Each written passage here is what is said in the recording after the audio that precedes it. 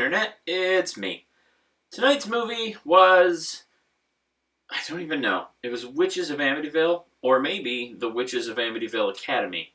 It seems to differ depending on where you're looking. But it was a movie. And now I want to start off and say nice things, at least as many as I can. And there are a few I can say. For one, some of the main lead ladies were older women. Not like super old, just older than you would normally have in a movie. And that's kind of cool. I enjoy that.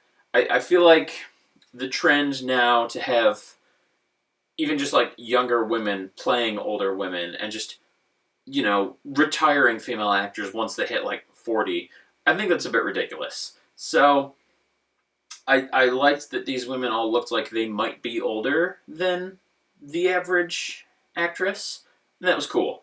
And one of them kind of looked like Lauren Graham, which is always welcome in any situation. I could say, too, the story wasn't bad.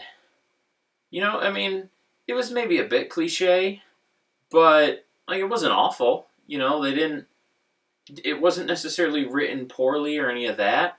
The problem is, and this is where the negatives begin, it was very poorly delivered. I don't know if this was the acting or more the directing, but just all the lines felt really flat. Everything that people said, they were saying with no emotion. And I feel like at some point the director should have been like, hey, that was a crap take. Let's do it again. Now there are a few things I'll give them a pass on. For example, toward the end, the witches are being chased by a demon, and they're supposed to act scared. And none of the four are convincingly scared at any point in that interaction. And, that's not great for the movie. It doesn't look good. You're supposed to be scared, so act scared. However, I will say, personal experience, trying to act scared is freaking awful. It's an absolute nightmare, and you don't realize how hard of an emotion fear is to convincingly portray until you really have to. So, I understand why they weren't able to do that, because it is very difficult, and, it's not an easy thing to do. But I still think they suffered from not being able to do that. Also, there's a lot of other things that I just thought were very weird.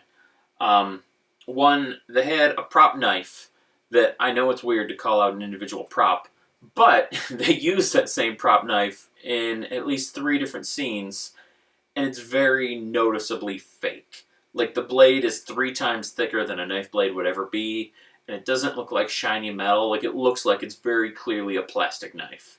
And it's not great. The first time you see it is in the introductory scene that, opens the movie. And then multiple times throughout, and it's just, right when you see it, you're like, oh, it's going to be one of those movies. Because it's very hokey. It's very cheap looking. And again, I know from experience here, and I'm not trying to constantly remind everyone that I was in a movie. It's just that now that I have this insight, I can look at movies a little differently. So it makes sense to bring it up. But we were looking for props at some point in the movie that I was in. And so we found a crowbar and a large wrench because we were in an industrial factory setting. And we made sure when we bought them that they were ones that looked very convincingly like the real object. They looked like metal. They had that darker matte kind of color that old painted metal would have. It even looked like it had tiny little pits in the metal. They're imperfections because that's how it would look. They were very realistic looking. So when you're on camera and you see these, it doesn't look like someone's holding a prop. It looks like they're holding an actual object. And they weren't that expensive and they weren't hard to find, is kind of my point. If you go out of your way, you can get these props. They are available. They're out there. It's not just a Hollywood thing. We found ours at Spirit of Halloween. So they're readily available. You just have to put in the bare minimum amount of effort. And the fact that they didn't, it's not a great look for the movie. And actually, speaking of bad props, there's one point where a woman picks up a picture, and then she rubs it a little bit to get a clear image of what's the picture behind the glass, and then she blows the dust off. However, when she's rubbing on the glass, there's no dust that she's wiping away, and when she blows it off, nothing happens. And it's just a little thing. It's stupid, but fake dust is a thing that you can get for movies. Like it's a very easy thing to get, and even real dust is really easy to get. Like you can find sawdust.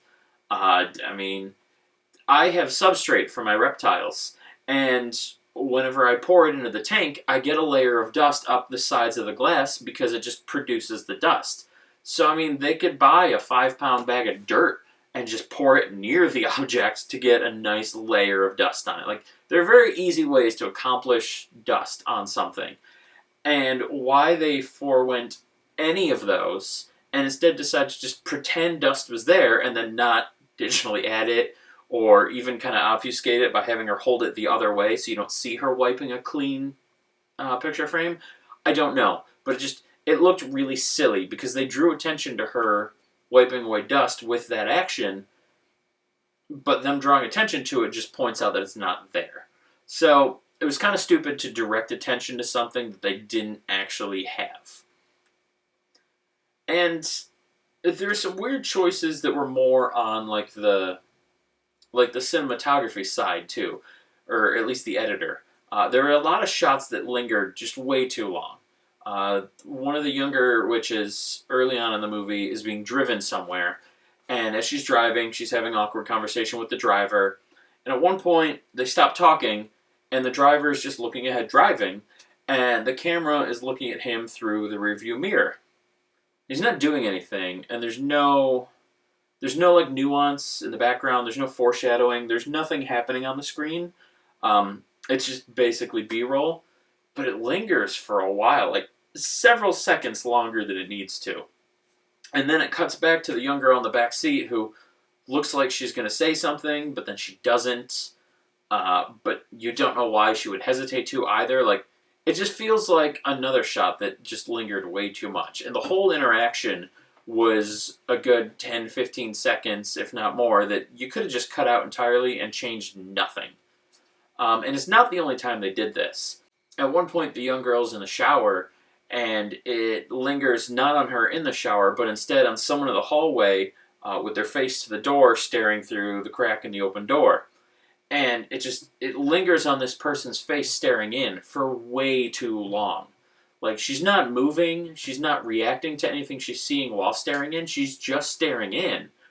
But it just stays focused on her doing that for all of the sometime.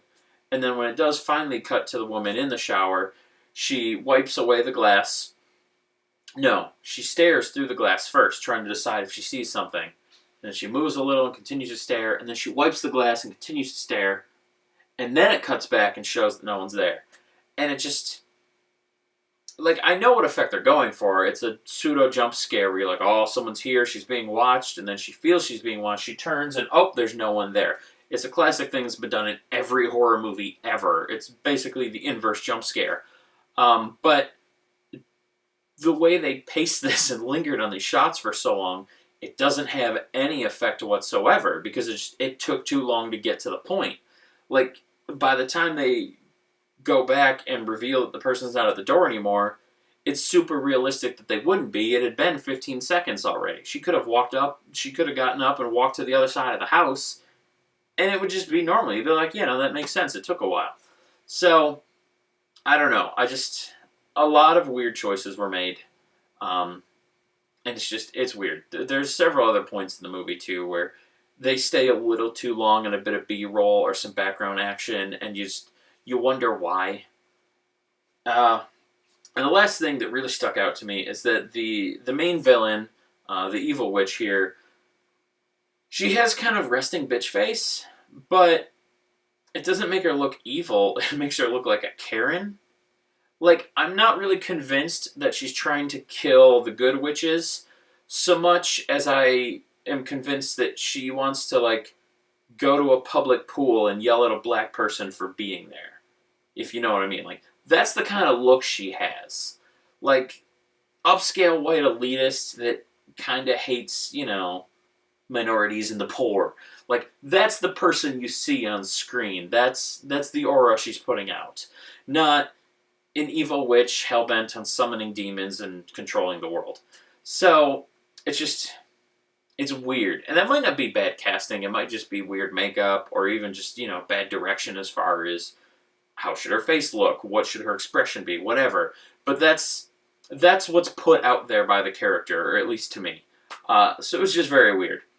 And then right at the very end of the movie, and this kind of wraps up everything, is it was a very slow movie. It was a bit of a slog to get through it because there wasn't a whole lot happening, and when there was things happening, they weren't happening convincingly. The dialogue was very flat. None of it really felt emotional or landed. And the action, when we got it, was just very lackluster for the same reason. No one seemed overly enthusiastic. They were just going through the choreographed motions. So when we finally get to the ending, and the movie's coming to a close, they tease a sequel.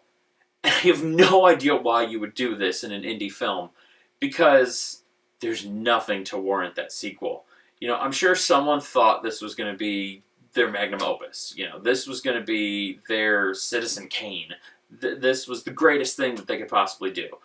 And I'm sure some of the people working on the movie watch it now and are still proud of what they put out. And that's fine. But don't assume you're going to get a sequel. Especially for an indie horror movie. Because this is just... First of all, that never happens. There's no money there. But second of all, this was not great. It really wasn't. It was just objectively not well done. So yeah, I don't know. I feel like I picked this apart a little more than I did the other movies.